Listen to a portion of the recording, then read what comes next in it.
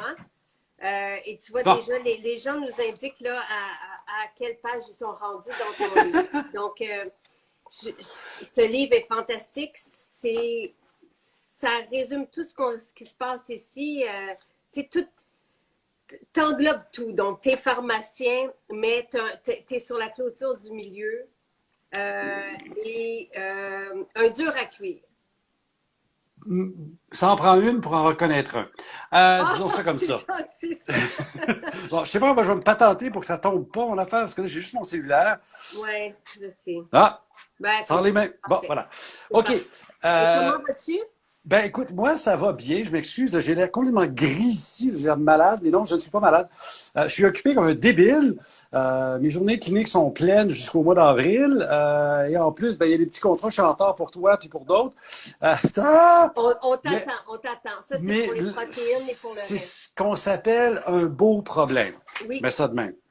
Et tu sais, hier, ben, je rencontrais des gens parce qu'on ouvrait une maison, puis j'ai dit à Pauline, qui est tellement merveilleuse, j'ai dit, Pauline, je disais, appelez Jean-Yves, parce que tu donnes des consultations en privé, c'est 1h30 après avoir analysé les documents de la personne que tu vas rencontrer. C'est vraiment avec, et ce que j'aime de Jean-Yves, donc, et vous le savez, là, tu inclus tout. Tu parles du style de vie, tu parles de Mhm. justement ce qu'on ne voit pas avec l'approche, malheureusement, d'aujourd'hui, plus moderne. Mais toi, tu vas parler, oui, des fois de médicaments, tu vas avoir Ben, une approche pharmaceutique. c'est clair, je reste un pharmacien, mais tu sais, le mot santé intégrative, là, qui est un peu une boîte fourre-tout, mais en soi, ça veut dire ça, on intègre toutes sortes d'affaires dans le but, avant d'aller plus loin que ça, tu sais, le nom que je mets en bas de mon nom, là, c'est apothicaire éclectique. On en a déjà jasé. Parce que pour moi, je vais travailler dans mon coffre à outils pour me rendre là où il faut pour la personne qui est devant moi. Alors, je dis souvent que j'ai pas de recette. Non, j'ai pas de recette parce que j'ai pas de truc, tu sais, couper, tu sais, tu as tel symptôme, tel médicament. Non, je le sais en dedans. Mais souvent, c'est pas ça la réponse pour la personne. Alors, c'est pour ça que tu dis, je prends le temps d'analyser tous les dossiers. D'ailleurs, merci beaucoup, Jacinthe, parce que ta cohorte de gens est motivée et impliquée. Juste à titre d'exemple, hier, j'avais des filles, des femmes en fait, qui viennent de ton monde, qui sont venues me voir, puis j'en ai eu plusieurs qui m'ont dit une chose. Qui m'a vraiment touché. Il dit, hey, c'est le fun, c'est en privé, parce que j'ai l'impression de te connaître depuis. Ben OK. oui, ben oui. Ben, Mais trouves-tu, moi je trouve tellement qu'on a une belle, c'est une belle, je sais pas, j'utilise des fois le mot, tu sais, famille, une belle, tu sais, des invités, je trouve tellement que c'est du monde sensé, tu sais, qui veulent se prendre en main, mais éduqués, qui savent faire la part des choses. Tu sais, absolument. c'est vraiment, on est très niche, mais c'est ça, tu sais, et c'est tes connaissances qu'ils recherchent pour les mettre en application à leur propre vie, à leur propre, tu sais, avec des Absolument. recherches. Donc, c'est vraiment chouette. Et allô, Jocelyna, je l'ai vu passer. Oh, je suis là. Ça OK. fait plaisir. Voilà. Euh, donc, oui, tout ça est chouette. Moi, j'apprécie tellement ton discours, j'apprécie tellement tes herboristes aussi. Tu sais, je veux dire, ben, Mhm. tu Ouais, sais, ben c'est ça. Je suis un mille pattes. j'aime ça, j'aime ça. OK? Donc, et tu sais inclure tout. Donc, et c'est ce qui me fascine. Et tu vas parler d'alimentation aussi, et on en parle peu d'alimentation. Tu sais, aujourd'hui, et encore une fois, malheureusement, de respiration. Tu sais, la semaine dernière, tu nous as dit que juste à respirer, là, on allait s'alcaliniser. Je sais Absolument. que c'est. Mais, et mon fils me disait ça aussi. Lui, il écoute TikTok, puis il suit des sportifs, tout ça, puis il dit, maman, il dit, les respirations, c'est super important. Je sais que c'est important. Mais, et je suis contente que ça soit mis de l'avant, mais on en Ben, parle peu, tu c'est sais. ça. Tu sais, on parle souvent des glucides, des protéines, des lipides, puis des micronutriments, des oligoéléments. Puis à un moment donné, il y a deux nutriments qu'on oublie. Il y a l'eau puis l'air. Pas d'eau, tu meurs, pas d'air, tu meurs. C'est les principaux nutriments. Tu peux vivre avec ces deux-là pendant un grand bout de temps. Tu arrêtes l'air quelques minutes quand tu es mort. Alors, toute la respiration cellulaire, toute l'énergie commence par quelque part dans ton corps, dans une bidule qui s'appelle la mitochondrie. Tu rencontres un nutriment puis de l'oxygène, tu fais de l'énergie. Ça commence là. C'est la base. Voilà. J'aimerais ça qu'on parle parce qu'on commence à voir les rayons, tu sais, du printemps arriver. Oui, Fait que j'ai bien. comme trois thèmes aujourd'hui. Je J'aimerais ça t'écoute. qu'on parle du soleil. J'aimerais ça Mhm. qu'on parle, après ça, de l'impact de l'alimentation sur la peau. parce que tu as déjà parlé d'acné, tu as déjà parlé d'eczéma, et j'aimerais ça qu'on parle un peu de rosacée, tu sais, juste pour Ouais. qu'on comprenne l'impact de l'alimentation, de notre mode de vie sur Oui, la... oui, tout à fait. Et après ça, j'aimerais qu'on aborde le microbiote et la stabilité de l'humeur. Oh boy, d'accord, c'est un programme, là. On Donc, part. ouais, c'est un beau Tu commences avec programme. des questions ou tu me lâches tous dans le champ, là? Ah, ben, je peux te laisser loose dans le champ, mais je veux juste te remontrer, je ne sais pas si tu te souviens de ceci. Oui! Un projet sur lequel on a travaillé ensemble en 2016. Hey. Donc, ça remonte notre désir de partager. Moi, je suis juste comme une face, qui est une transmetteuse, une partageuse, mais tes connaissances vont savoir en tout cas. Et tu t'étais, donc tu avais fait partie, évidemment, et tu avais tout revu, tout regardé, c'était drôlement intéressant. Et tu avais abordé dans ça, donc on s'était pris, c'est un magazine, mais sans publicité, puis il est déposé en ce moment sur le site de maisonjacinthe.ca, c'est gratuit. Et le livre de Jean-Yves Dionne, vous pouvez le commander sur le site aussi de maisonjacinthe.ca. Et vous l'avez pris par centaines et on est tous bien contents parce que vous allez pouvoir avoir vraiment des trucs là-dedans que vous recherchez depuis longtemps et tout est abordé là-dedans. Donc, Donc, dans ce la livre, vous peau. avez parlé du soleil. Oui, bon. Écoute, le soleil, c'est un autre nutriment qu'on a oublié. Hein. On ne vivrait pas sous terre. Sérieusement, on est fait pour avoir de la lumière. C'est clair que pour toutes sortes de raisons, la société a fait qu'on vit en dedans. Mais le soleil, c'est quelque chose de vital. J'en ai besoin pour mon humeur, j'en ai besoin pour ma vitamine D. Biologiquement, l'être humain a grandi quelque part autour de l'équateur et on a migré vers le nord. On est devenu plus pâle. Il y a des dizaines de milliers d'années. L'être humain descend des arbres il y a 2,5 millions d'années. Hein? On n'est plus des primates. On a comme changé.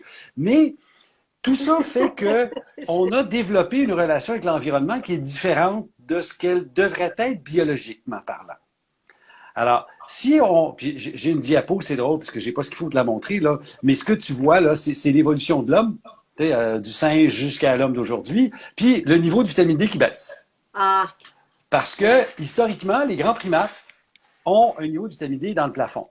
Les gens en Afrique qui vivent traditionnellement ont un niveau de, je dis bien traditionnellement, là, donc où la peau est exposée. Et là, ils ont un taux de vitamine D. Les surfers sur le bord de la mer ont un taux de vitamine D dans le plafond. Et les populations qui vivent encore relativement découvertes sont correctes. Nous, on a un problème au Québec. Parce que 6 mois par année, le soleil, c'est pas du soleil. Il s'en vient, là, quelque part autour de l'équinoxe, on va commencer à avoir des ultraviolets B. On n'en a pas l'hiver. Fait que oui, tu peux bronzer janvier, février, mars, un petit peu, si tu fais du ski, par exemple, mais tu ne développeras pas de vitamine D. Point. Il n'y en a pas. Et quelque part autour d'équinoxe, le soleil change d'inclinaison et là, les ultraviolets commencent à pénétrer. Autrement, ils rebondissent. OK. Comme dans un prisme, là. Tu sais. La pochette de Pink Floyd. Hein, le prisme avec la lumière qui... Excusez, je vais dire mon âge, là. Mais bon, alors, ce qui fait que la problématique de la vitamine D dans notre réalité, elle est importante. D'autant plus que simplement s'exposer au soleil. Et je parle jamais de brûler. OK? On ne va pas là. On va à « je suis confortable et heureux d'être au soleil ». Je ne vais pas plus loin que ça. Si j'ai besoin d'aller plus loin que ça parce que je jardine, parce que je joue avec les enfants, parce que... Là, je mets une protection.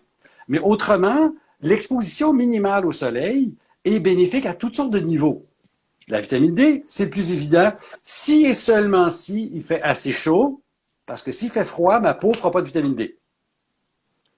En d'autres mots, si tu vas au soleil, si tu as le goût d'aller au soleil, ça marche. Si tu n'as pas le goût parce qu'il fait frais, ça ne marche pas. Il y a très peu de vitamine D parce que on va parler de physique quantique à un moment donné. Ça prend une quantité d'énergie pour que la réaction chimique se passe. Si j'ai pas assez d'énergie, ça ne se passera pas. Alors, ceci étant dit, la vitamine D, c'est le plus évident. Elle arrive l'été, entre l'équinoxe de mars et l'équinoxe de septembre, entre 11h et 15h, parce qu'on est allé leur avancer. Mais au-delà de ça, la chaleur du soleil, les infrarouges du soleil pénètrent très profondément. Puis d'ailleurs, si Jocelyne est encore là, elle est là au spa, puis je pense que tu en as un sauna infrarouge. Puis dans le sauna infrarouge, oui, il fait chaud, mais c'est toi qui dégages la chaleur. Les infrarouges pénètrent très profondément et on dégage, fait qu'on se met à dégager des toxines, des métaux, toutes sortes de choses. Et il y a plein de trucs là-dessus.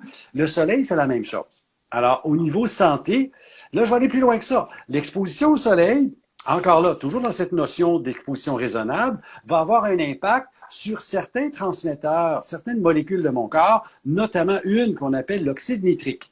Ça fait quoi dans la vie? Ça aide les vaisseaux sanguins à dilater. D'où l'exposition au soleil peut aider contre l'hypertension. Wow. C'est pas un traitement, mais c'est une tendance vers la nature, mettons. Est-ce que tout ça compte quand on est crémé? Non. Les infrarouges passent, c'est la chaleur. Alors oui, ça passe. Mais tout ce qui s'appelle ultraviolet, dès que tu mets un écran solaire, puis j'ai des recherches qui montrent qu'à partir de 8 de facteurs de protection solaire, tu réduis la fabrication de vitamine D par 95%.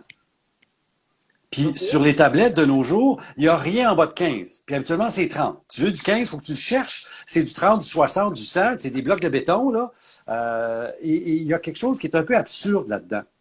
T'as pas dit, justement, je cherchais dans l'article, t'as pas dit à un moment donné qu'à partir d'un certain chiffre, d'un certain... c'est juste du marketing? Ah oui, OK. Oui, c'est important de faire une distinction. C'est que, étant donné l'espèce de paranoïa qui nous a été inculquée depuis des décennies sur le soleil, les compagnies se sont adaptées. Les écrans ont changé. Il y en a des très bons, il y en a des très mauvais. Il y a des perturbateurs hormonaux là-dedans. Souvenez-vous de benzophénone. Ce mot-là, là, vous ne le voulez pas.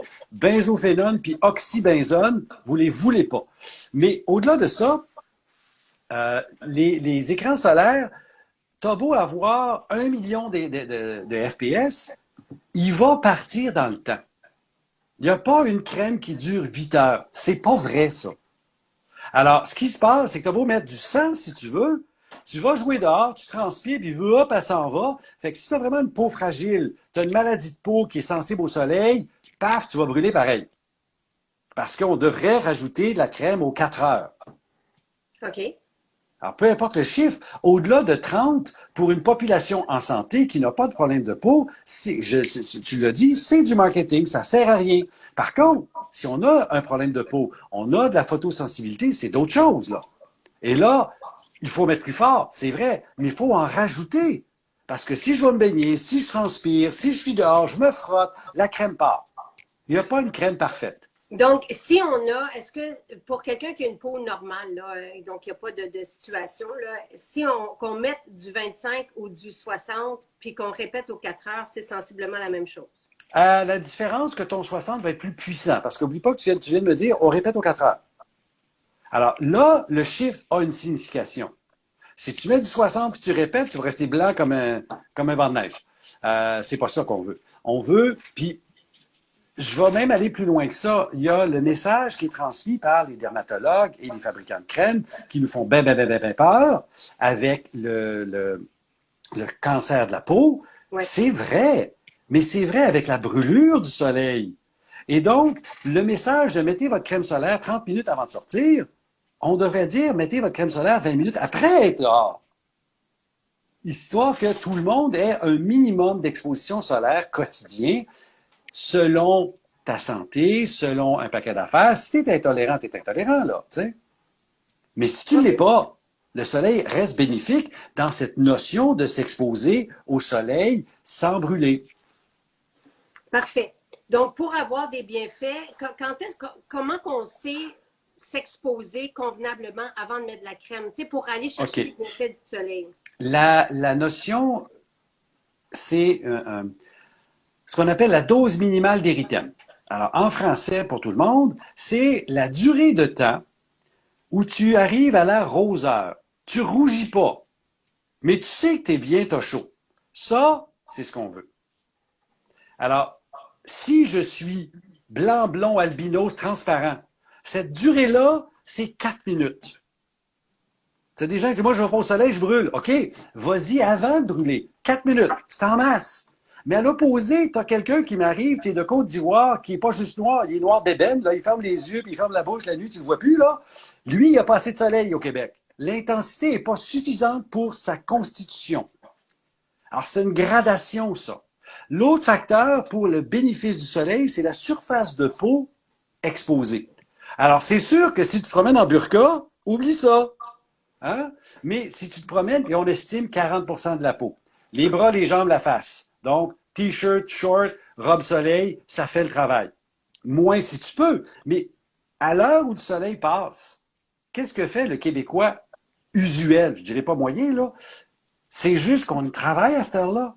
On travaille, on est au néon. Alors, quand on sort dehors, on n'a jamais pris cette habitude-là d'être au soleil naturellement. Alors, on s'expose bien que trop. Le samedi, on joue toute la journée dehors et on brûle. On devrait prendre l'habitude, le midi, d'aller prendre une marche dehors puis s'exposer au soleil. Puis c'est tellement important psychologiquement, ça. Qu'est-ce qu'on fait, tout le monde, là? Qu'est-ce qu'on a fait en fin de semaine, là? Les derniers jours, il y a un super soleil. On va dehors pour faire... On le fait tous, c'est normal. Ben oui. On a soif de lumière. Dis-moi, je pose une question. Là.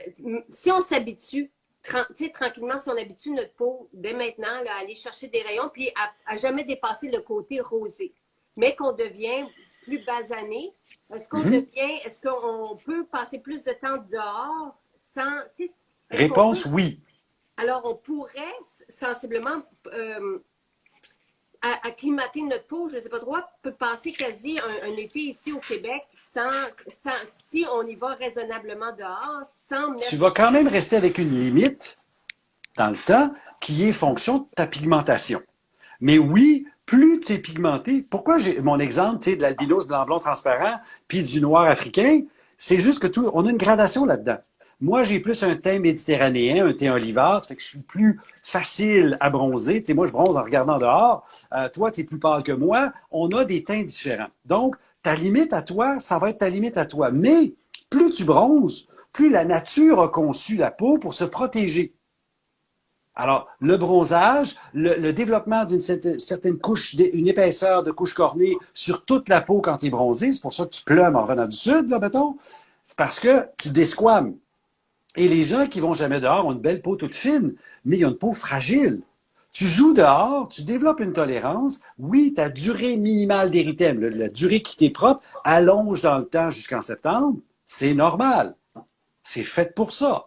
Puis je vais aller plus loin que ça. Si tu prends de la vitamine D avant d'aller au soleil, là, donc tout l'hiver, ta tolérance au soleil puis au risque de dommage du soleil est meilleure que si tu n'en as pas pris.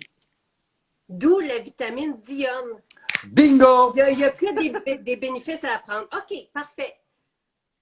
OK, c'est quand même mélangeant parce que le discours, on dit protéger, protéger, protéger, protéger, faites attention au cancer. Bon, et la seule chose qui est vraie dans protéger, protéger, protéger, c'est le vieillissement de la peau.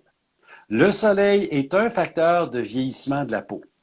Alors, ce qu'on appelle les dommages actiniques. C'est un beau grand mot pour dire soleil. Alors, c'est vrai. Alors, tu veux avoir une peau de bébé, mets de la crème solaire. Mais tu n'auras pas les bénéfices du soleil non plus. Alors, il y a un équilibre, là. Puis ça vient tout à fait à l'encontre, excuse-moi, de l'industrie des cosmétiques.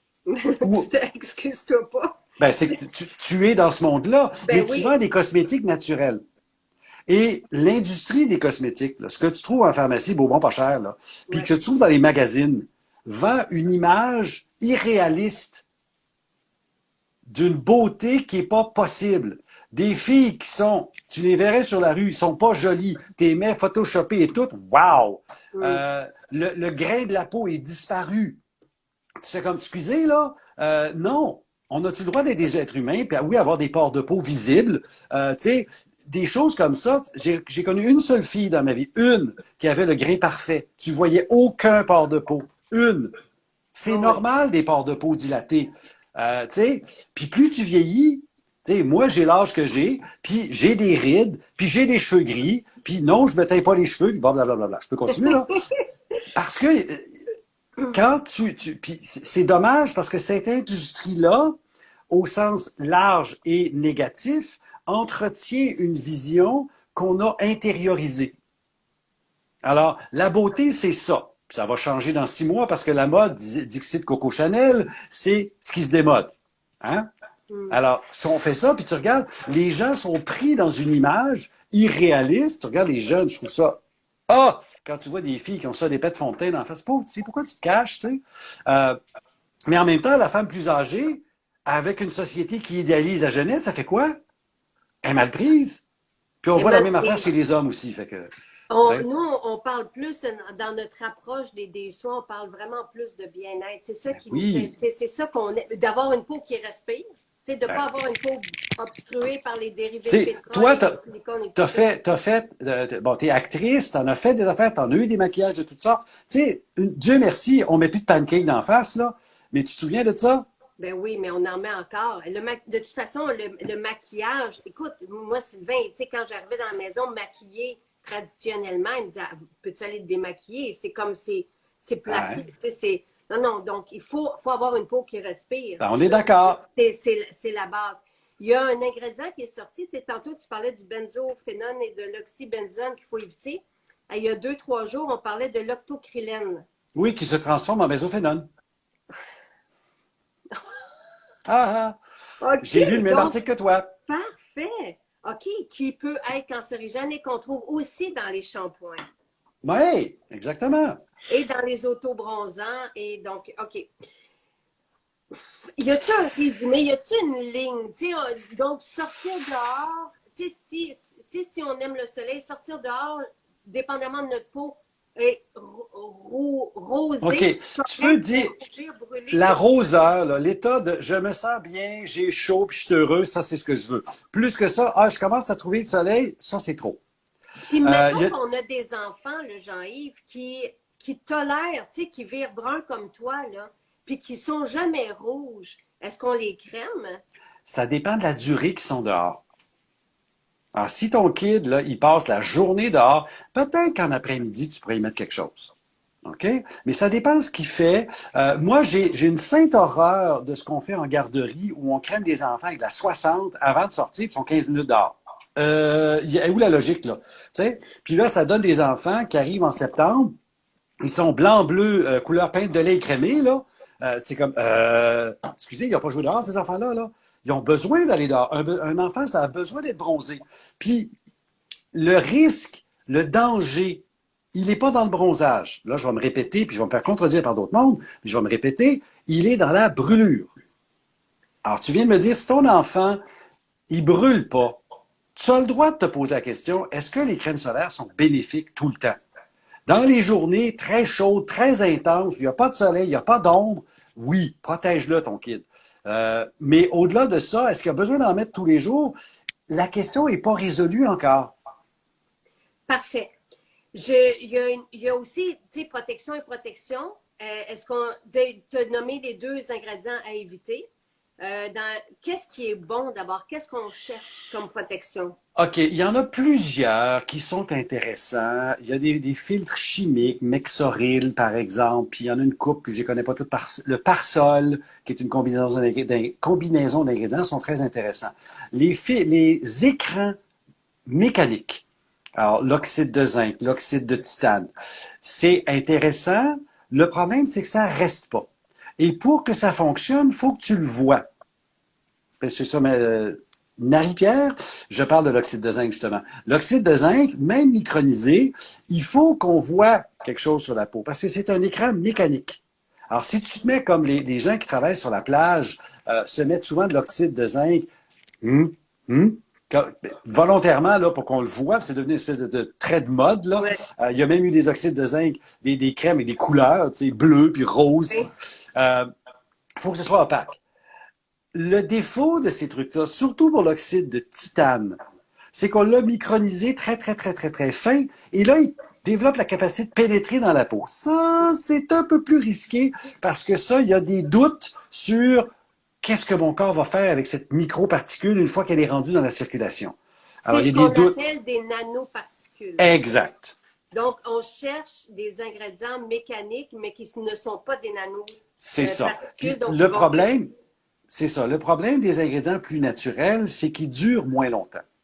Alors, ton oxyde de zinc, à moins de le mettre dans, tu sais, de la pâte de zinc, Zincofax, là, tu sais, en vaseline, il va partir à un moment donné.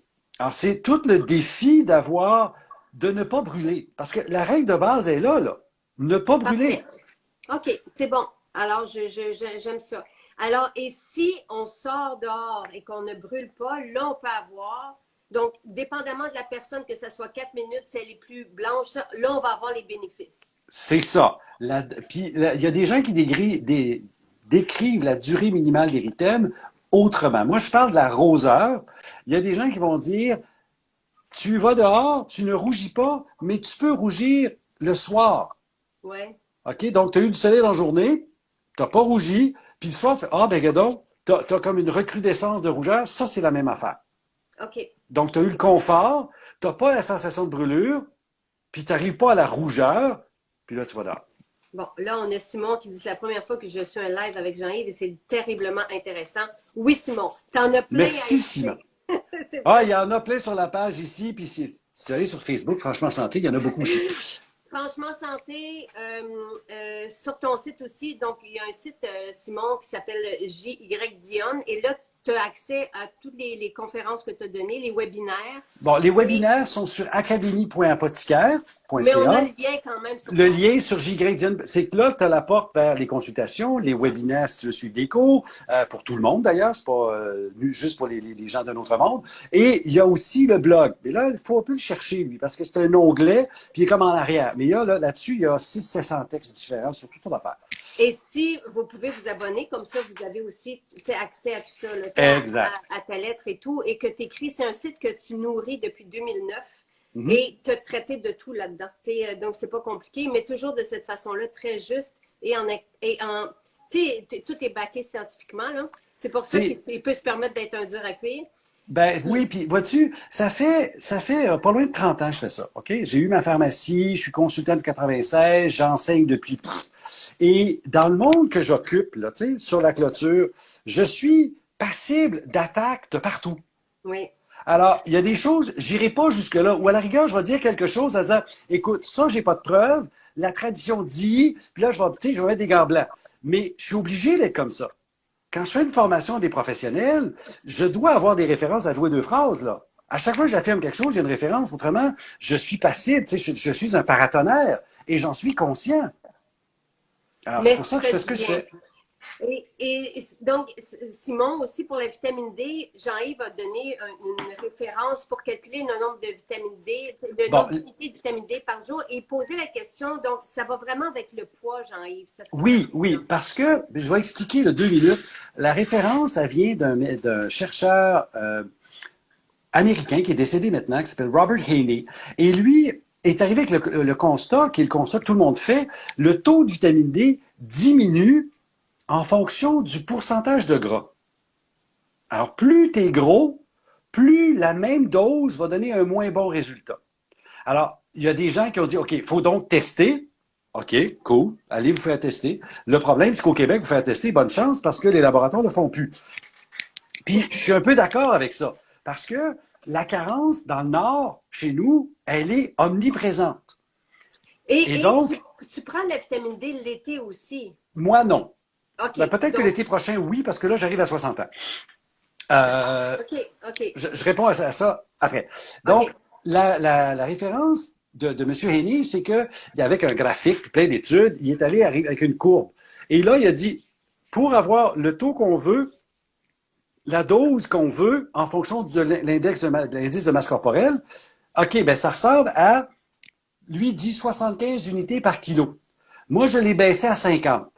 Parce que 75, je trouve que ça fait des chiffres catastrophiques.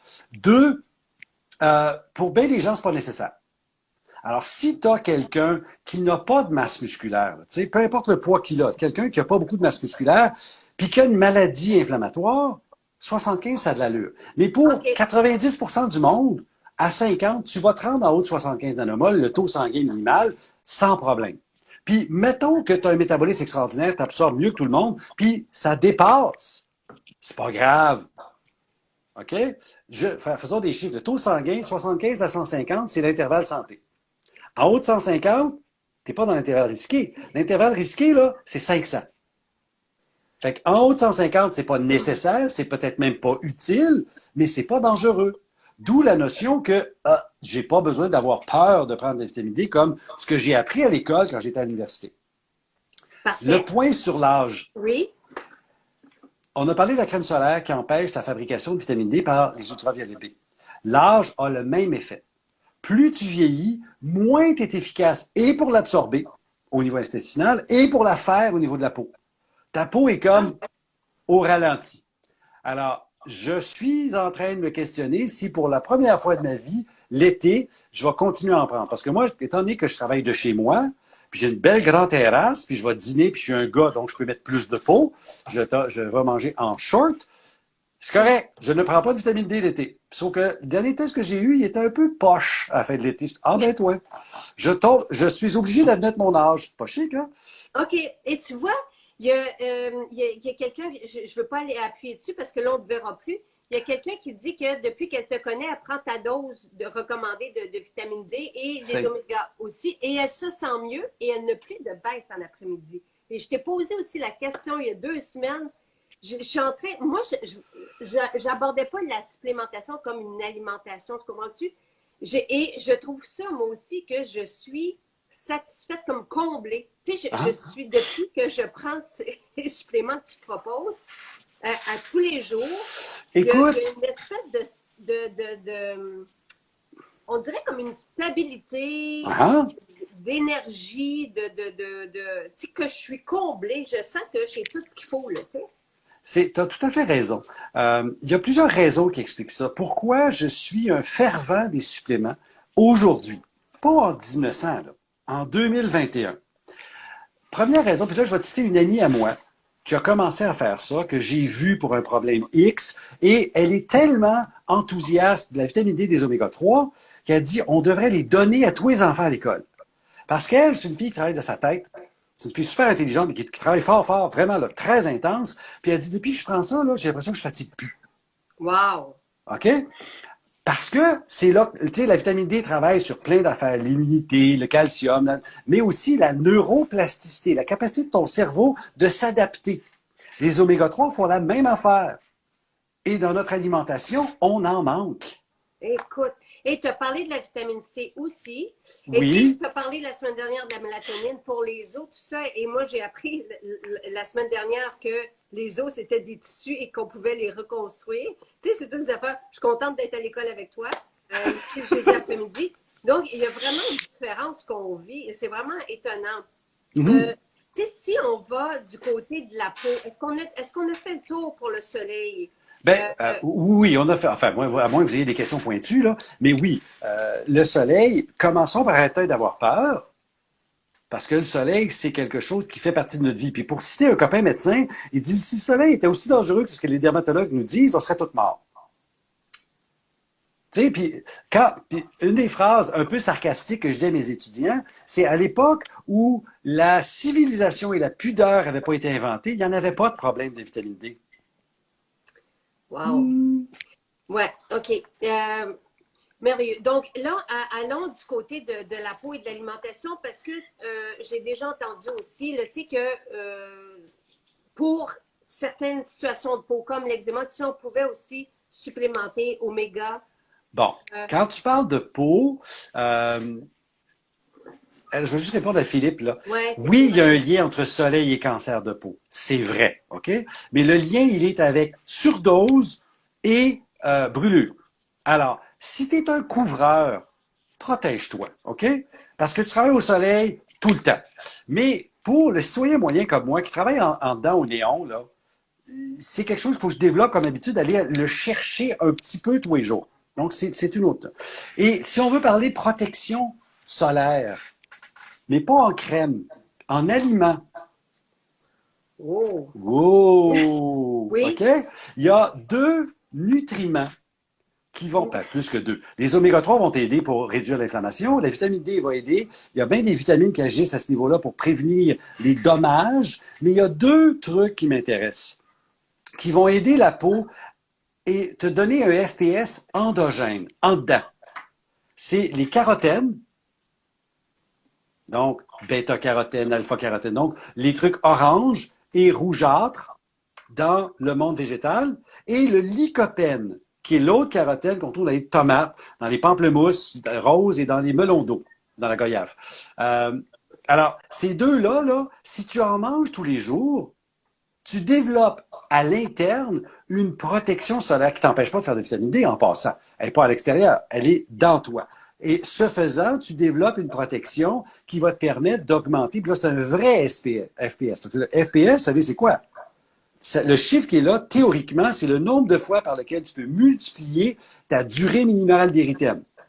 C'est complètement farfelu, parce que ton sang ne marche pas. Mais le FPS endogène peut être multiplié par 3. Alors, si tu es un blanc-blond transparent albinos, puis c'est 4 minutes, ben, tu vas être bien heureuse d'avoir un 12 minutes. Parce que tu manges des carottes et des tomates. Ça n'a pas été controversé, ça, cette affaire-là? En fait, ça a été controversé à l'époque, on le mettait dans les pilules. OK. Tandis que dans l'alimentation, les études sont répétées à de nombreux endroits. On va prendre la pâte de tomate, tu sais, puis l'étude, c'est quand même une cuillère à table de pâte de tomate tous les jours. Puis on mesure. La même affaire avec des bêta-carotènes. La pâte de tomate, toi. Mais dis-moi donc, si on applique des carotènes sur la peau, ça a-tu un effet aussi de protection? Je ne sais pas. Ça serait intéressant d'abord. Oui. De faire ça. Tu sais, je cherche des études qu'on pourrait faire, là. Fait que, écoute, l'histoire du soleil, ça serait le fun, en tout cas. Il y a plein d'affaires qu'on peut faire parce que plein de questions qui ne sont pas répondues pour la bonne et simple raison que le corpus des études qu'on retrouve dans les bases de données sont essentiellement financés par quelqu'un qui a un bénéfice à en tirer. Ouais. Alors, quand tu n'as pas de médicaments à vendre, pourquoi tu fais une étude? C'est pour ça qu'il y a si peu d'études bien faites sur l'alimentation. Tu sais, il y a beaucoup d'études, il y a énormément d'études, mais bien faites, qui vont dire telle façon de manger est plus efficace que pour telle affaire. Tu les cherches en maudit. Mais Jean-Yves, juste de même, là, on fait une petite parenthèse, ça ne te tenterait pas qu'on fasse ça? Ben oui. Moi, depuis que tu me présentais à ton prof, je cherche des champs d'études. Fait que j'aimerais ça que tu me listes, toi, par quoi tu commencerais. Quand tu OK. entends tellement de questions autour de toi, tu te dis, hey, qu'est-ce qui serait intéressant? Moi, les carotènes, ça m'intéresse beaucoup sur la peau parce que honnêtement, ici, tu sais, non, je n'embarquerai pas là-dedans parce que tu fais la première controverse qui m'a. Mais fait que je suis vraiment intéressée, très, très intéressée à faire ça. Puis, tu sais, à un moment donné, là, quand tu ne sais pas quoi faire ou comment occuper tes journées, tu boy! Je sais. Mais tu pourrais. Faudrait que j'aie fini l'université pour ça, là. Tu sais, ce qui serait intéressant et de justement ce sur quoi on ne se penche pas parce que c'est pas des médicaments ou tu sais, c'est pas. Mais tu sais, ce qui pourrait apporter. Oui, écoute, il y a un domaine de réflexion énorme là parce que un des plus gros problèmes de l'univers dans lequel j'évolue, c'est l'absence de brevets. C'est aussi une qualité parce que ça permet d'avoir des affaires qui ne sont pas hors prix. Mais quand tu veux prouver quelque chose, mettons que nous développons une formule de machin, d'extrait de telle plante, machin, puis, OK, j'ai de la doc pour faire la demande à Santé Canada, cool, on va l'avoir, mais tu aimerais prouver une question particulière pour avoir une allégation à toi.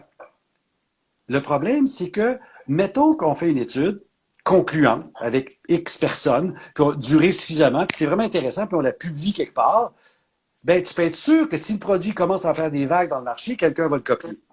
Fait, parce que tu n'as pas de protection de marché. Puis c'est le gros problème de tout ce qui est non brevetable. L'alimentation, les extraits, les plantes médicinales, le monde dans lequel je patauge depuis 30 ans et plus. Mais ils vont nous copier, Jean-Yves, ça ne me dérange pas parce qu'ils n'ont pas la même qualité d'ingrédients que nous. Parce qu'ils mettent pas cette qualité-là parce que ça coûte trop. Ben, regarde, c'est ça. Oui, OK. Je vais mettre la boîte à idées là-dessus. Oui.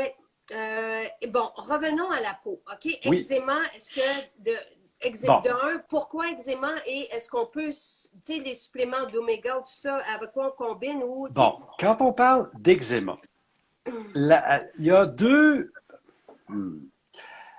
L'eczéma n'est pas une maladie de peau. C'est un symptôme qui apparaît sur la peau. OK? Et à preuve, quand tu as un nourrisson qui fait de l'eczéma, qui est allaité par maman, on va dire à maman, arrête les protéines bovines. Puis dans bien des cas, c'est fini. OK? Donc, c'est quoi la logique qui est là? C'est qu'au niveau, puis là, je vais faire la chaîne, là. Maman mange quelque chose, son intestin est perméable, laisse passer des trucs partiellement digérées, donc des protéines incomplètement digérées, qui vont se ramasser en circulation, qui vont, dans certains cas, générer de l'inflammation chez maman, mais peut-être pas, vont passer dans le lait maternel, et là, le bébé va réagir, va créer de l'inflammation, et son symptôme, il est cutané. Voyez-vous le chemin, là? Alors, de l'eczéma chez n'importe qui, il y a un lien avec l'alimentation de l'intestin. Bon, vous allez me dire, oui, mais il y a un lien avec le stress. Oui, il y a un lien avec le stress. Ensemble. Le stress, c'est un aggravant qui augmente le cortisol, qui augmente l'adrénaline, qui augmente un paquet d'affaires et qui augmente l'inflammation. Donc, ta capacité de réagir est diminuée. Alors, bon, le gluten peut être un aggravant, mais pas nécessairement chez tout le monde. Alors, si je reprends la logique, l'intestin va avoir ce qu'on appelle un intestin perméable. En anglais, leaky gut syndrome, le syndrome de l'intestin hyperperméable, si je veux être correct en français. Alors, j'ai des cellules partout qui font l'intérieur. Une couche d'épais. Pas 12, une cellule d'épais. On appelle ça l'épithélium. Et ces cellules-là sont collées ensemble. Par des jonctions serrées. Non, j'aime ça. Regarde, si tu veux t'amuser, pose-moi des questions sur le sport. Je connais rien. OK? Mais et sachez que nos moments ne sont pas prévus. Tu sais, moi, j'arrive et on suit et c'est tout à fait spontané, mais j'en vois pas une liste de questions ou de thèmes à aborder. J'arrive avant. Tu sais, j'aime bien ça. Okay. Alors, amusons-nous. Oui. Alors, donc, une couche de cellules, ouais. Et il y a des jonctions entre les cellules qu'on appelle des jonctions serrées. Arrive de l'inflammation, arrive une molécule agressante. Le gluten en est une, la caséine du lait en est une autre, mais la solanine de la tomate en est une autre. Puis les salicylates, puis les benzoïques, il y en a plein. Là. Alors, dépendant de ta sensibilité, pas que ça rouvre. Et ça se mesure. Votre médecin peut prescrire un test qui s'appelle la calprotectine. Calprotectine. Ça, c'est un test, on mesure ça, et quand ça apparaît dans le sang, ou dans les selles, mais c'est surtout dans les selles qu'on le fait, il y a un problème. Il y en a un autre qu'on appelle la zonuline. La protéine qui tient ça, quand ça rouvre, elle débarque, je la mesure. C'est un autre marqueur de cette ouverture-là. Et quand ça arrive, on ne l'a jamais mesuré, tu n'as pas de symptômes, puis à un moment donné, tu fais un problème inflammatoire. L'eczéma, par exemple. Alors, l'eczéma, comment? Regarde ce que tu manges. Puis il y a une façon... Est-ce qu'il y a quelque chose que tu manges tout le temps? Commençons, habituellement, on est attiré, paradoxalement, parce qu'il n'est pas bon pour nous autres. Alors, l'aliment que tu manges le plus, fais un test de l'enlever pendant 6 semaines. Mettons que c'est les sources de gluten. Tu manges du pain et des pâtes pendant 3 repas par jour, toute ta vie. Essaie de manger d'autres choses pendant 6 semaines.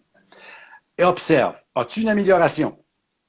Puis c'est pas grave faire ça pendant 6 semaines. Tu n'as pas d'amélioration, tu fais à la fin des 6 semaines, amélioration ou pas, tu confrontes un challenge, un défi, tu bouffes une grosse quantité de ce que tu as éliminé pendant 6 semaines. As-tu une aggravation? Alors, par exemple, dans mon cas, j'ai tout fait ça il y a 20-30 ans avec le gluten, les produits laitiers, puis j'ai réessayé à plusieurs reprises. C'est 2 ennemis de ma vie, ça. Puis moi, quand j'ai coupé les produits laitiers, j'ai pris un bol de crème glacée. Tu sais, gros bol de crème glacée. J'étais malade comme un chien. Ça coulait partout. Tu sais, la crise de rhume des foins débile, là, que ça coule, c'était ça. Alors, j'ai comme compris. J'ai répété quelques années plus tard, puis c'était encore là. Bon.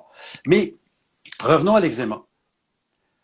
On peut faire cette démarche-là qui est longue. On peut aussi tenter de pallier. C'est-à-dire que c'est là que les oméga-3 embarquent. C'est là que les probiotiques embarquent. Et d'autres stratégies qu'on va faire de façon individuelle, soit avec un journal alimentaire pour trouver des coupables. Puis là, j'ai des listes de trucs qu'on peut utiliser. Là, comme je parlais des salicylates, il y a un bouquin en anglais américain qui s'appelle « Eczema Detox ». Ça vaut la peine d'aller voir le site puis de bouquiner. Faites-vous une tête. T'sais, et les oméga-3 étant anti-inflammatoires, puis ayant un rôle sur l'intégrité de ma muqueuse, vont avoir un impact. C'est jamais 100%, mais ça peut être la différence entre j'ai des plaques rouges puis je me gratte au sang. Tu sais, entre les deux, là. Est-ce qu'on peut trop prendre de l'oméga-3? Est-ce que, tu sais, qu'est-ce qu'on Bonne fait? chance. Ah, OK. Bonne chance. Oui, on peut, mais ton intestin est très, très, très intelligent. Il y a une notion bien le fun, j'en veux plus. Qu'est-ce qui se passe quand il en veut plus? Ça reste dans l'intestin, et voilà.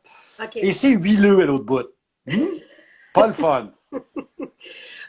Donc, quand l'eczéma arrive du jour au lendemain, c'est que là, ça se peut que ça soit l'intestin. Ben, pas ça se peut. Il y a souvent un problème avec l'intestin. Bon, là, tu viens de me mettre un mot de plus, là. Il Ah, vient d'arriver. Habituellement, tu as plus qu'un facteur. Il y a une période de stress. Il y a un truc, mettons qu'une jeune fille ou une femme, ça vient d'arriver. Tu regardes ta vie, là. Tu viens-tu de vivre un choc émotionnel ou un stress particulier? Il y a quelque chose, là. Puis, ça se peut-tu que ce soit arrivé dans la semaine avant les menstruations, genre, il y a plusieurs facteurs qui embarquent, parce que ça reste une condition inflammatoire. Puis c'est simpliste de dire, je vais mettre une crème de cortisone. Ou je vais prendre juste l'approche intestin perméable. C'est vrai, mais c'est pas suffisant. Il faut regarder l'image. Tu sais, on parlait de santé intégrative. Cool. Parlons santé intégrative et parlons de l'individu qui est devant moi. C'est quoi tes facteurs de risque? Est-ce que, mettons, tu es un ouvrier, tu as ta compagnie, financièrement, c'est rough, puis tu es sur la route tout le temps, puis tu manges du Tim, puis des affaires de même, puis à un moment donné, tu te grattes, puis là, le médecin te donne des médicaments, puis certains marchent, d'autres ne marchent pas. Il n'y a pas de lien entre un médicament hypoglycémie et oméga 3. Je sais que les médecins disent, c'est pas vrai. Excusez, je vois des questions passer. petite parenthèse. Petite parenthèse. Mais donc, quand on parle d'une pathologie qui affecte la vie comme ça, il faut penser plus large que juste une crème ou juste un produit. Bon, est-ce que tu as une formule pour l'oméga 3? Est-ce qu'on sait combien en prendre? Disons, OK. Là, ça dépend toujours de quel point de départ. C'est-à-dire que oui, de la même façon que la vitamine D, il y a une courbe. OK? Absorption, taux sanguin. Et le taux sanguin, alors prenez une note là, le mot index oméga 3 ou l'indice oméga 3 si vous cherchez en français. Mais l'index oméga 3, c'est la proportion des oméga 3 dans les membranes de mes cellules. On va mesurer ça en prenant une prise de sang et mesurer dans les globules rouges. C'est facile. Non, facile. Plus facile. Et donc, on cherche à atteindre une certaine proportion. On sait qu'en termes de santé, je veux être autour de 8 à 12 d'oméga 3. On a-t-il une moyenne ici? C'est quoi? Ça ressemble Statistique Canada, d'ailleurs, je vais faire une petite parenthèse après. Statistique Canada estime qu'on est autour de 4 à 4,5 en moyenne. Les Américains, c'est pire. Puis d'ailleurs, justement, une petite parenthèse, c'est que là, on est en train de finaliser le prochain webinaire, qui est les suppléments de Jean-Yves. Oh, good! Qu'est-ce que je prends et pourquoi? OK. Et est-ce que tu vas avoir des formules comme ça pour tous les suppléments, non? Non, j'en ai pas. Okay. Ça, je ne suis pas capable parce qu'il n'y en a pas partout. Alors, par exemple, les vitamines B, il y a des apports nutritionnels, il y a des apports thérapeutiques. La vitamine C, c'est la même chose. Tu sais, la vitamine C, l'apport nutritionnel recommandé va varier d'un pays à l'autre. Pouf! C'est donc quelque chose entre 60 et 90 mg. Selon la science, l'apport devrait être 200 mg. Puis là, moi, je commence à déconnecter tout de suite pour une raison. On n'a pas le même métabolisme, la même grandeur, la même quantité d'aliments. Et donc, on devrait toujours pondérer l'apport avec ton métabolisme, ta quantité d'alimentation, ton poids corporel. Et donc, souvent, on tombe dans une espèce de flou artistique. Mais, revenons à ma vitamine C. 200 mg chez l'individu moyen, ce serait la dose minimale pour saturer tes globules blancs. Yeah! Ce serait ça. Mais si tu veux un effet thérapeutique, tu veux un effet antiviral, un effet antihistaminique, un effet pour stimuler le collagène, un effet anti-âge, tu tombes à 2-3 grammes par jour. OK? C'est là où il y a une question de... Mais peux-tu prendre ça tous les jours? Ben, Linus Pauling, qui est mort à 94 ans, en prenait 18 grammes par jour. Ben, voyons donc. OK? Puis il y a des gens qui en prennent bien plus que ça. La vitamine C, c'est super bénin, il n'y a pas de problème. Au pire, si tu en prends trop en une dose, tu vas de la diarrhée. Même principe. Ton intestin, hey, j'en veux plus. Passe tout droit. OK, parfait. J'adore ça. Maintenant, la rosacée. Bon. Ça, là, je vous réfère tout de suite à un texte sur mon blog. OK, jgradian.com, le blog, allez voir, il y a un truc rosacée. Ben oui. Allez chercher, parce qu'il est vieux, là, mettez rosacée dans le petit outil de recherche. Mais la rosacée, c'est une maladie complexe. C'est plus complexe que l'acné. OK? L'acné, j'en ai déjà parlé, c'est un diabète de la peau. La rosacée aussi. Mais c'est plus complexe parce qu'il y a une composante parasitaire. Ah! OK? Il y a un parasite, de mémoire, c'est le Desmodium, mais je ne me rappelle pas de l'autre nom. C'est un espèce de petit maudit insecte là, microscopique, tellement petit, qui vit dans ton port de peau. Est-ce que le monde qui a de la rosacée savent ça? Non. OK. OK? Et cette bébite-là, c'est pas la cause de la rosacée. C'est l'aggravation de. OK. Parce qu'elle bouffe ton sébum. Elle est bien heureuse là, puis elle peut être tranquille, puis tu ne la vois pas partout de ta vie. Mais arrive une composante inflammatoire, arrive une alimentation nord-américaine trop riche en glucides, pas riche en gras, blablabla, tout le kit. Et là, il y a une situation, ton sébum change, et là, la bébite génère des molécules inflammatoires. Et là, tu commences à avoir des rougeurs. Pas nécessairement de boutons, parce que la rosacée n'est pas nécessairement une acné rosacée. C'est des rougeurs et tu peux te ramasser avec des télangiectasies, des espèces de petites araignées rouges en face, c'est quoi le mot? Des varicosités dans la face. Tu OK. peux, les gens qui ont, encore là, le mot ne viendra pas, tu sais, le nez qui gonfle là, chez les Ouais. personnes plus âgées, Ouais. c'est une forme de rosacée parce qu'il y a un tissu inflammatoire, puis ça grossit, puis ça grossit, puis ça devient infect. Pauvres gens, là, tu vois des patates, les pauvres autres. Puis non, ça n'a pas rapport à la consommation d'alcool, en passant. Ah! L'alcool est un aggravant. C'est pas un facteur causal. Attention. Il y a des gens qui ont tous les symptômes de la rosacée, incluant le nez qui se met à grossir et à enfler, et qui ne prennent pas une goutte d'alcool. Il faut faire Mais attention, là. alors, ça vient pourquoi? Ensemble de facteurs, surtout l'alimentation pro-inflammatoire, manque d'oméga 3, trop de glucides, souviens-toi de l'expression diabète de la peau. OK. Alors, on est coupe rose. Merci beaucoup, Daniel. C'est le mot que je cherchais. Merci. Il y a un S. Desmodex folliculorum. Folliculorum, il n'y a pas un autre nom? En tout cas, lui. Si vous regardez sur le web, là, Desmodex, là, vous allez trouver des photos de ça. C'est microscopique. Hein. C'est vraiment là, ça prend un microscope. C'est lettre, des Mais lettres. lui, il arrive quand la rosacée est installée. Oui et non. OK?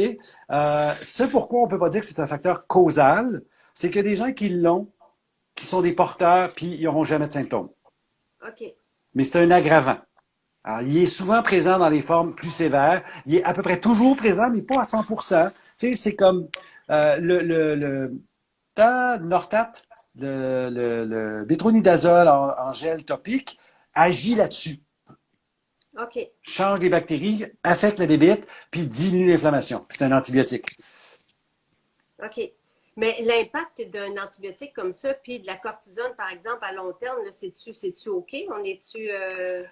À ma connaissance, la cortisone dans la rosacée, ils ne mettent pas ça, là. Non, non, c'est parce que tu Ouf. parles, là tu arrives, tu parles des médicaments. Oui. Donc, tu as parlé de cortisone tantôt, c'est un autre sujet. Et là, tu parles de ce truc-là. Le Nortat. Nortat. Noritat, en tout cas, whatever. C'est du métronidazole. C'est un antibiotique qu'on met sur la peau en gel qui va diminuer certaines bactéries et cette bébite-là. OK. Et c'est correct, c'est sécuritaire d'usage. Parce que pour moi, ce que j'ai entendu sur la cortisone, c'est que c'était difficile après ça de se défaire de ça puis de l'impact que ça a sur la santé. Oui, mais là, tu confonds deux choses. Okay. La cortisone appliquée localement, un peu comme les inhalateurs pour l'asthme. La notion du sevrage, pas vraiment présente. OK. La cortisone orale, oh, ça, c'est une autre paire de manches. Quand tu prends ça en pilule, là, tu es dans un autre monde parce qu'on ne donne pas de la cortisone à n'importe qui parce que les médecins le savent qu'il y a un problème à long terme avec la cortisone et que ça peut affecter tes surrénales, puis qu'il y a des gens qui font de l'aplasie, c'est-à-dire que les surrénales ne marchent plus littéralement, là, ils sont obligés de prendre la cortisone à vie. Non, c'est un autre monde. Là. Mais la cortisone sur la peau va avoir des impacts pour affecter la qualité de la peau, amincir le tissu de la peau, avoir des problèmes.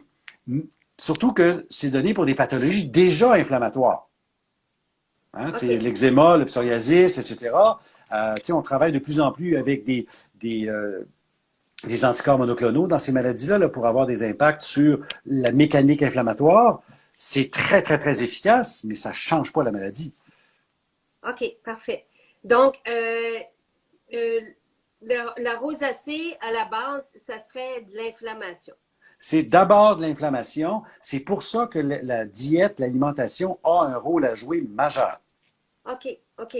Donc, est-ce qu'avec l'alimentation seule, on pourrait voir des résultats? Avec l'alimentation seule, on va voir de l'amélioration. Est-ce qu'on va voir de l'élimination de la maladie? Je réserve un doute. OK. Puis bon, laser pour rosacée, oui, mais ça te prend un professionnel qui sait comment faire. Parce que oui, prudence, vous avez raison, parce que mal fait, ça brûle. C'est pas n'importe qui s'improvise avec le laser. Donc là, tu dis que la rosacée, c'est une maladie. Oui, oui, absolument. Et l'eczéma, c'est un symptôme. On peut dire que c'est une maladie aussi, mais c'est un symptôme de quelque chose d'autre. Parfait. Et que la maladie... La rosacée aussi. Oui, absolument, mais le lien n'est pas pareil. C'est-à-dire que je ne peux pas faire un lien entre la rosacée et un intestin perméable, un peu comme je le fais aussi catégoriquement avec l'eczéma. Je le fais. OK, OK. Pour moi, c'est clair. L'eczéma, il y a une composante intestinale. La rosacée, je ne suis pas sûr. Il y a une composante alimentaire, une composante inflammatoire, mais c'est-tu la même mécanique? Je réserve, je ne sais pas. OK. Fait que l'eczéma, c'est intestin perméable. Pour moi, là, c'est oui. Wow. Puis l'acné, c'est diabète de la peau. Trop Absolument. Commencez par arrêter de manger un paquet de cochonneries, coupez tout ce qui s'appelle sucre, réduisez vos glucides de façon importante, mangez des bons gras, puis en fait, mangez des vrais aliments, point. Vous allez avoir une amélioration. Glucides, c'est aussi, c'est pain, pâtes, riz, c'est tout ça. Tout ce qui contient de l'amidon, tout ce qui est farine, tout ce qui est féculent, c'est aussi des glucides. OK. Il y a des bonnes farines. Farine d'amande, c'est pas... Ah oui, mais OK. Mais là, tu n'es plus dans une farine de graines, tu es dans des noix, c'est pas pareil. Parfait. La quantité de glucides est plus faible. OK. Donc, rosacée, eczéma, acné, c'est trois trucs complètement différents et on le sait, mais il y a tout un aspect alimentaire. Absolument. OK. Wow. Merveilleux. Donc, allons dans le microbiote maintenant. Et le premier, s'il y en a qui veulent savoir, bon. Faisons une parenthèse. Oui. Je ne sais pas s'il y a 10 ans, 15 ans, là, il n'y avait pas autant d'eczéma, puis de rosacée, puis de... Il me semble que... tu trouves pas que quand on parle d'eczéma, là, c'est comme... Il y en a tellement chez les enfants. Moi, quand j'étais jeune, là, il n'y avait pas d'eczéma, là. Ben, je vais aller plus loin que toi dans la même logique. Quand moi, j'étais tout petit, là, je suis la première génération des allergiques. Avant ma génération, il n'y en avait pas d'allergie, point. C'était rarissime. Tu sais, tu parles de ma belle-mère qui a 85 ans, puis l'allergie, c'était quoi, ça, là? Puis dans les années 60, ça commence à apparaître. Qu'est-ce qui se passe dans les années 60? C'est la démocratisation des antibiotiques qui apparaît. On en met partout. Bon, je n'embarquerai pas dans ce dossier-là. Mais il y a plein de choses. Puis là, il se passe un peu d'histoire. La guerre, 39-45, c'est en même temps un essor industriel épeurant. Parce que la guerre stimule l'industrie à faire plein d'affaires, notamment la pétrochimie. Arrivent les années 50, c'est comme il n'y a plus d'applications là, on commence à faire des applications. Exemple, les nitrates qui servent d'engrais pour les grandes cultures, monocultures, ça a été découvert comme ingrédient pour faire des bombes par les Allemands. Okay? Donc, arrive les années 50, c'est l'arrivée massive des aliments transformés, des additifs, des couleurs artificielles. C'est là, tu sais, ton orange est vraiment orange. Ça n'existait pas avant. Et ça, c'est le début. Puis ça va aller en augmentant avec l'arrivée séquentielle de différentes substances. La farine blanche blanchie, les additifs, le sirop de maïs riche en fructose, etc. Et là, pourquoi tu constates maintenant, 60 ans plus tard, qu'on voit ça chez les enfants de plus en plus jeunes, de plus en plus fréquemment. On voit du diabète de type 2. Quand j'étais jeune pharmacien, c'est une maladie des personnes âgées. Maintenant, il y a des enfants qui l'ont. Pourquoi? Parce que ce qui prenait 20, 30, 40 ans à se développer chez un être humain commence 20 ans avant chez maman ou même chez grand-maman. Et c'est là que tu rentres dans l'épigénétique, la programmation du bébé à l'intérieur de maman. Alors, prenons l'exemple du sirop de maïs riche en fructose, qui nous arrive sur le marché dans les années 70 en remplacement par une guerre politique du sucre qui arrive des Caraïbes. Bon, toute une guerre, des lobbies monstrueux. Finalement, t'en parles dans ton livre. J'ai tellement trouvé ça intéressant. Absolument. Parce que j'adore. Notre histoire commence en 1954 lors du congrès des technologistes de la betterave, responsable de la fabrication du sucre blanc à l'époque. Le président, alias le lobby de l'industrie du sucre, M. Henri Haas, il présente une toute nouvelle stratégie qui aura pour l'effet garanti d'augmenter les parts du marché du sucre et de ses dérivés. Il s'agit de la diète faible en gras. Absolument, qui est une absurdité. Excusez, j'espère que je ne choque pas personne. Mais revenons à notre idée, là. En fait, pourquoi c'est une absurdité? Parce qu'on a toujours mangé des gras, puis que si tu manges pas de gras, tu vas te mettre à manger des glucides, parce qu'il faut que tu manges pareil. Puis il y a une limite à la quantité de protéines que tu peux manger. Mais ceci étant dit, l'arrivée de ces additifs-là, les agents de conservation de plus en plus puissants, les produits transformés de plus en plus artificiels augmentent. Et là, ton sirop de maïs, quelque part dans les années 70, est tellement pas cher qu'on le retrouve partout. Partout, partout. Et c'est encore vrai, ça, parce qu'il est Ouais. subventionné par le gouvernement américain. Ceci étant dit, qu'est-ce qui se passe quand tu as un sucre, du sucre blanc, du saccharose, du sucrose, c'est 50% fructose, 50% glucose collés ensemble chimiquement. Ça s'appelle du saccharose. Le sirop de maïs riche en fructose, par une méthode enzymatique, blablabla, on sépare à partir de l'amidon de maïs et on fait fermenter et on obtient 55% fructose, 45% glucose. Pourquoi cette proportion-là? Parce que ça goûte plus sucré. OK? Juste ça. Mais le fructose, ton corps n'est pas fait pour l'assimiler correctement. Ça devrait être un anane une fois de temps en temps. Puis dans la nature, les fruits, sauf si tu restes au Costa Rica, c'est pas à l'année cette affaire-là. T'en manges quand il y en a, puis le restant, t'en as pas, ça se gardait pas. Mais là, il y en a tout le temps. Et le fructose amène un paquet de problèmes métaboliques, notamment le diabète, le foie gras et compagnie. Alors, prends juste cette substance-là qui arrive dans les années 70. Tu nais quelque part dans les années 80. Tu as des enfants au début des années 2000. Qu'est-ce que tu vois maintenant? Commence plus tôt. Tu es dans les années 60-70. Tu commences. C'est dans la bouffe. Tu le vois pas. Tu réagis pas vraiment. Tu as des enfants dans les années 90. Ah, tu commences à avoir des enfants qui ont plus de problèmes, plus d'hyperactivité, plus de ci. Mais c'est tout mineur, c'est pas important. Ces enfants-là ont des enfants maintenant. Et là, paf, à la naissance, sont eczémateux, sont toutes sortes de problèmes X. Il y a un lien, là. Est-ce que je peux faire une cause à effet, puis politiquement m'aller... non, je peux pas. Mais je peux être objectif, puis dire, il y a certainement un lien, là. De la même façon, puis là, je vais être un peu politiquement dérangeant, l'autisme, ça existait virtuellement pas à mon âge. Il y avait de l'Asperger. Des professeurs tournesol, il y en a toujours eu, il y en aura toujours. Des esprits différents, des gens qui ont une relation avec le monde différente, mais c'est pas des gens qui sont fondamentalement malades. Et quelque part, la médecine a amalgamé tout ça dans le trouble du spectre de l'autisme. Il y a des enfants malades qui ne se développeront pas. Tu as des bizarroïdes qui vont se développer, devenir des génies comme M. Picard, qui a fait l'avion solaire. Tu sais? Ou son père, qui était celui qui a inventé la bathyscaphe. Picard avec 2 C en passant. Qui sont des êtres immensément intelligents, mais complètement bizarres.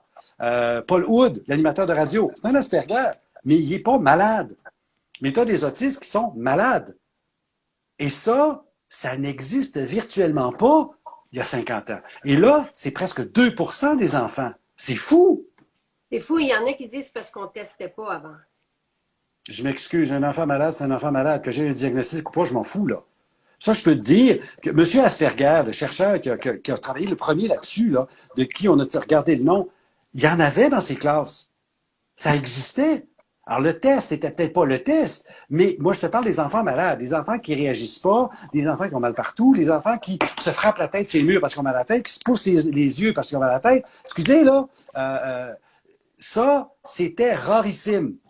Parce que si c'était aussi fréquent, peu importe l'étiquette, on en aurait parlé. Voilà. Donc, tu fais un lien avec l'alimentation, tu ne fais pas de lien avec l'alimentation. Je fais un lien majeur avec l'alimentation au niveau des aliments transformés, des aliments industriels, la présence des pesticides, le glyphosate, le Roundup. Le Roundup, quand il est sorti dans les années 60, c'était un détergent. C'était pas un pesticide. Puis quelque part, 15, 20 ans plus tard, ça tue les feuilles, ça brûle. Waouh, génial! On a commencé à l'utiliser comme herbicide, mais on disait que c'est un herbicide défoliant, on ne plantait pas après. Puis on a réalisé que, oui, mais si tu laisses un certain temps, tu peux planter après, puis ça marche. Arrive. Puis ça, c'est pas brillant, mais en termes de production, c'est le fun parce que tu as un champ propre, tu peux planter, puis tu as juste du maïs qui pousse. Mais là, ce qui s'est passé, depuis quelques années, c'est que le Roundup, on a réalisé que quand tu le sprays à la fin de la croissance de la plante, ton grain ratatine, il sèche. C'est un dessicant. Alors, tout en sachant que c'est pas bon pour la santé, Quand tu es dans l'environnement, tu fais, c'est pas bon, mais il n'y en a pas dans ma bouffe. Mais là, on le spray sur le blé avant de le récolter, quelques jours avant, pour le récolter à date fixe. Mais là, il y en a dans ma bouffe. Il y en a dans le cordon ombilical. Il n'y en avait pas avant. Fait que c'est tout ça au complet, là. Donc, c'est pas nécessairement ce qu'on mange, tu sais, ça peut être ce qu'on respire aussi, et c'est pas nécessairement ce que nous, on fait là maintenant, mais ça peut être un petit peu, tu sais, on peut reculer dans le temps et ça va avoir un impact sur nos enfants. C'est exactement ça. Je vais te donner un parallèle d'une substance bénéfique qui est, puis tu m'as entendu parler souvent, l'iode. Pour moi, l'iode, c'est primordial, il n'y en a pas assez dans notre bouffe. Pourquoi je fais le parallèle? C'est que si tu restes au Nouveau-Brunswick, à Caraquette, sur le bord de la mer, je me contrefous du sel que tu utilises, tu respires, ton iode est dans l'air. L'air salin t'apporte de l'iode, tu n'as même pas besoin de le manger, tu en as dans ton sang. On reste dans la région de Montréal. L'air salin, hein, il n'y en a plus. Fait qu'on est carencé. Mais la même logique, on a dans un... Tu sais, toi, là, tu restes dans un super beau milieu, mais autour de chez vous, il y a des champs de maïs. Vrai? Absolument. Alors, qu'est-ce qu'on met au début, au milieu, puis après, on arrose de toutes sortes de On cochonneries. arrose. Et nous, on ferme les fenêtres, on a peur, puis on s'en va. Puis c'est une bonne idée, parce que moi, j'ai travaillé dans le monde vétérinaire au début des années 90, et si tu savais, déjà, c'est il y a 30, 40 ans, là, 30 ans? Oui, 30 ans. Et c'était, tu sais, moi, j'ai suivi un cours d'usage de pesticides pour être capable d'en vendre. Tu sais, tu t'imagines, là? Fait que voilà. Ah, c'est horrible, c'est horrible. Mais en tout cas, les agriculteurs ont une belle conscience. Les trois frères qui ont la terre autour, puis ils veulent maintenant du bio. Fait que, Mais sais-tu qu'au Québec, il y a un mouvement majeur. Moi, quand j'ai commencé à parler du bio dans les années 90, au début des années 2000, je crie sur les toits avec Daniel Pinard et d'autres mondes comme ça pour parler du bio, blablabla. Et là, à l'époque, revenons des années 90, l'UPA était fondamentalement contre. ouais. C'est du granola, ça n'a pas d'allure, il n'y a pas de production. Et là, les modèles ont développé, la production s'est améliorée, et là, l'UPA commence à l'endosser, le MAPAC commence à l'endosser, et il y a des producteurs comme les gens autour de toi qui font « Je t'écœuré de mettre du poison sur mes champs, là, parce que moi, le premier, je suis malade. Ouais. » Par contre, le pas à faire, ça prend 5 ans. Ils ont besoin d'aide, ces gens-là, là, parce que c'est des êtres humains, et partir d'une production X et tomber à une production Y, il y a une démarche et elle prend 5 ans. Oui, absolument. Il faut qu'on s'y Voilà. mette tout. Ben oui, le Québec bio. et vitamine D et oméga. Et, quelqu'un demande, tu sais, quand c'était une bonne question, vitamine C, là, est-ce qu'on prend tout en même temps? Non. Que... OK.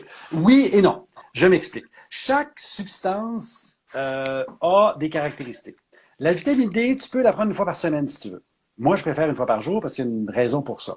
Parce que la demi-vie, la capacité d'éliminer la substance sur une durée de temps est très, très, très, très longue. La vitamine C, c'est super court. Alors, la vitamine D, c'est 17 jours. La vitamine C, c'est 30 minutes. OK? Donc, tu peux les prendre en même temps, j'ai pas de problème. Mais tu peux pas toutes prendre ta vitamine C d'un coup. Il faut la répartir. Alors, bien, tu prends un produit longue durée, longue action, délitement progressif, mets le synonyme que tu veux, mais quelque chose qui dure dans le temps. Ou tu répartis la dose X fois par jour parce que tu l'élimines super vite. Très intéressant. Microbiote, puis stabilité de l'humeur. Ah! Tu as commencé, tu sais, la semaine dernière, je pense qu'on était plusieurs tu nous as appris. Restez sur la fin. Ben oui, parce que tu nous as appris là, que, dans le fond, notre humeur dépendait en grande partie d'un bon microbiote. Absolument. Si une belle vie que le nerf vague partait pas de la tête vers l'estomac. Ah, c'est une autoroute à deux sens, ça, là. C'est vraiment une autoroute à deux sens. Ce qui se passe, c'est que le microbiote, avec les recherches, on commence à comprendre. Je dis bien on commence, même s'il y a des gens qui vont vous sortir, on le sait, oui, mais on ne sait pas tout. OK? C'est pas aussi clair qu'on voudrait le savoir. C'est pas une cartographie bien précise. On parle de grande famille, puis là, tu fais, oui, mais dans la grande famille, j'ai des pathogènes, j'ai des bons, là. Fait que parle-moi d'un autre langage. Ce qui se passe, c'est que la flore intestinale, les bactéries qui sont là, vont se nourrir des aliments que je mange. et vont sécréter un paquet de substances, notamment... Es-tu encore là, là? Je suis encore là, OK. mais j'en reviens pas qu'il est déjà 4h12. Moi, j'étais là, j'étais partie pour ma dernière section, puis on est rendu à 1h12 de belle Bon, ben, journée. regarde, je vais faire ça court, puis on reviendra là-dessus la prochaine fois pour Absolument, pas que vous soyez absolument. complètement déboussolés. Alors, le microbiote, les bactéries, sont responsables de sécréter un paquet d'affaires que mon corps va utiliser. OK. Exemple, 75 à 95% des neurotransmetteurs sont dans mon ventre. Ils sont pas en haut. Mais ils vont se rendre en haut. Oui, OK? oui. La mélatonine, l'acétylcholine, la dopamine. J'en fabrique une partie en haut, mais je la fabrique surtout en bas. Et c'est à partir de stock que j'ai là que je vais créer mon équilibre en haut. Excusez, c'est une raison pour laquelle je suis tellement pas en accord avec la notion du déséquilibre des neurotransmetteurs, puis de mettre un médicament pour refaire... Ben oui, minute, là. On parlait de l'inflammation tantôt. La dépression, c'est une maladie inflammatoire. Hi. On peut-tu corriger l'inflammation quelque part? Aïe, aïe. On veut une convention. Yeah. Puis, il y a combien de personnes qui souffrent de dépression? Ah, c'est en augmentation et le Québec est le champion des prescriptions d'antidépresseurs.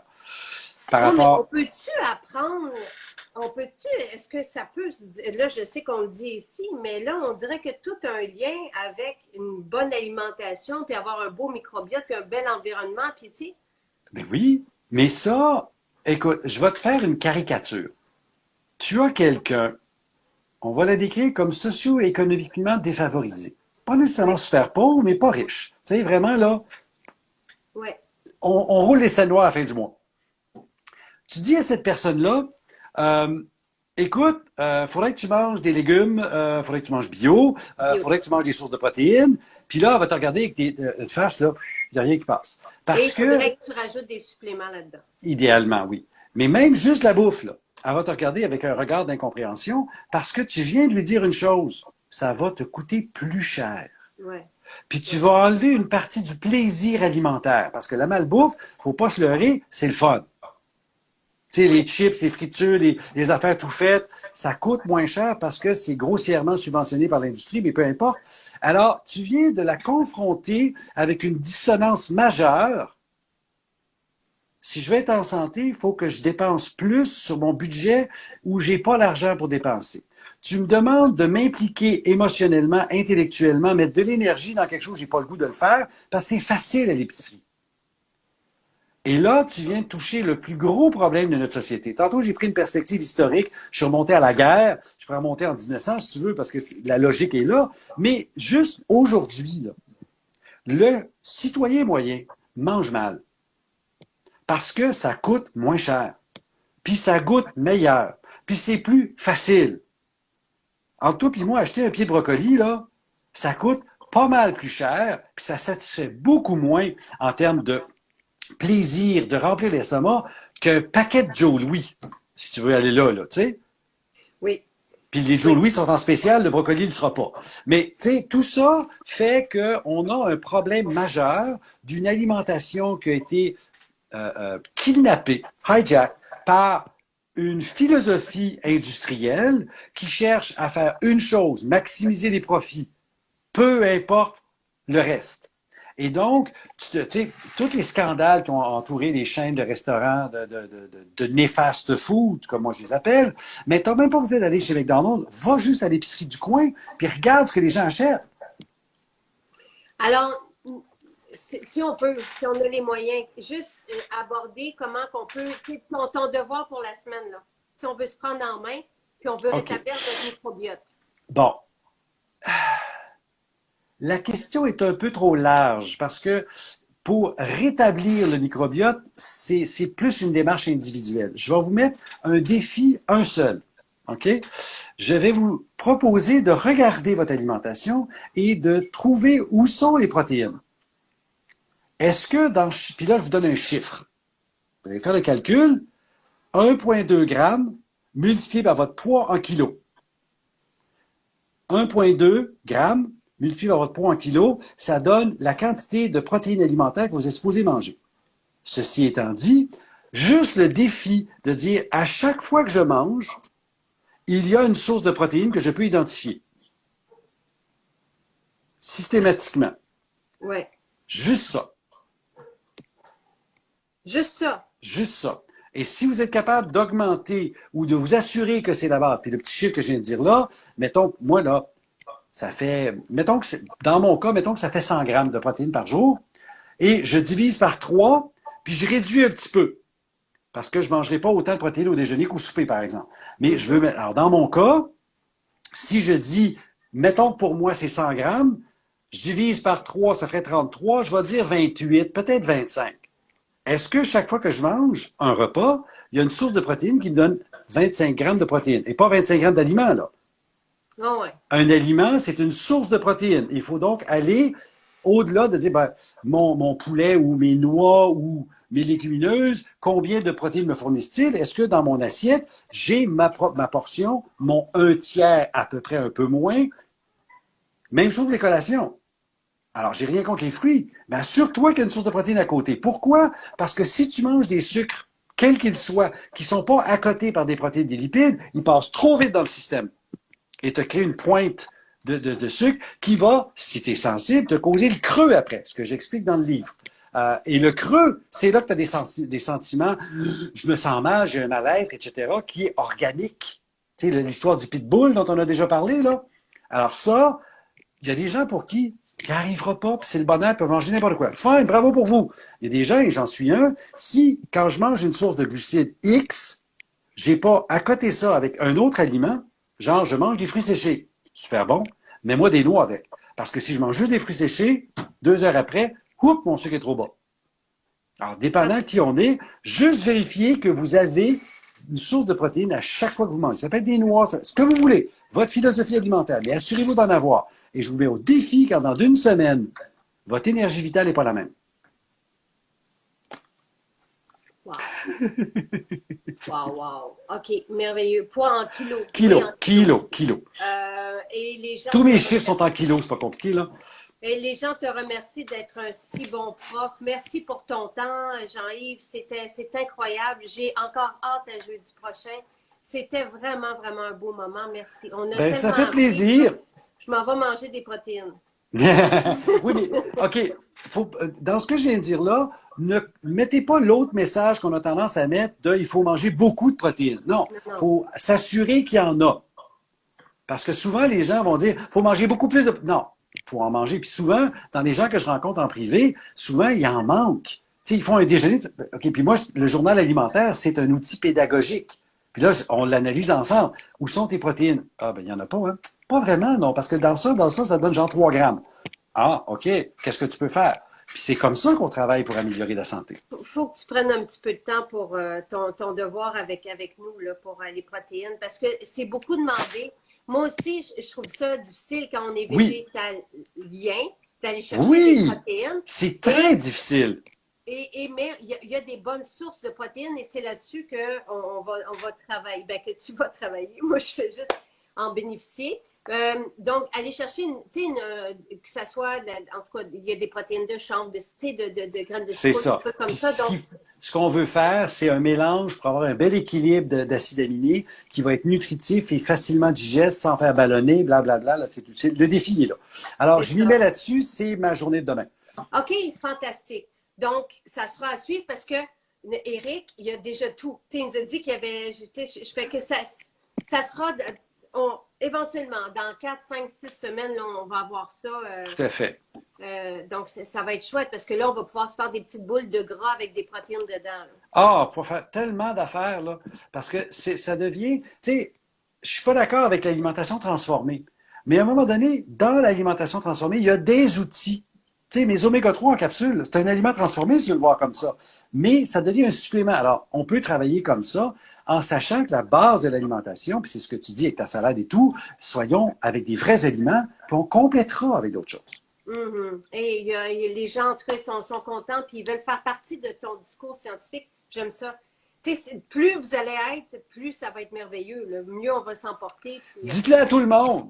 Ah, vraiment, vraiment. Et donc, je le répète, Simon, je pense qu'il a vu donc le livre, vous l'avez sur notre site, Ton stress bat stress, de Jean-Yves Dionne. Et s'il y a des gens en France, dans les Il est auditeurs, partout dans la il est rendu francophonie. dans la francophonie, à la FNAC et partout, là. Il Ah, est rendu. bravo. Bravo, bravo. Et si vous voulez, donc, les formations de Jean-Yves, un rendez-vous avec lui, moi, je vous encourage vraiment là, pour avoir, tu sais, pour prendre votre santé en main. Vous allez sur le site de jydionne.com et vous allez avoir là toutes les. C'est parce qu'il a voulu faire ça compliqué. Fait qu'il y a plusieurs sites. Mais tout est là. Tout est sur J. Les webinaires, les rendez-vous, donc, et Tout à fait. ton blog aussi, où Tout à fait. des centaines d'articles. Et c'est vraiment, écoute, c'était tout un jeudi. Merci beaucoup. Merci, Jean-Yves, t'es fantastique. Merci.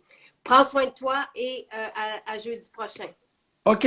Bye tout le monde. Bye. Bonne santé.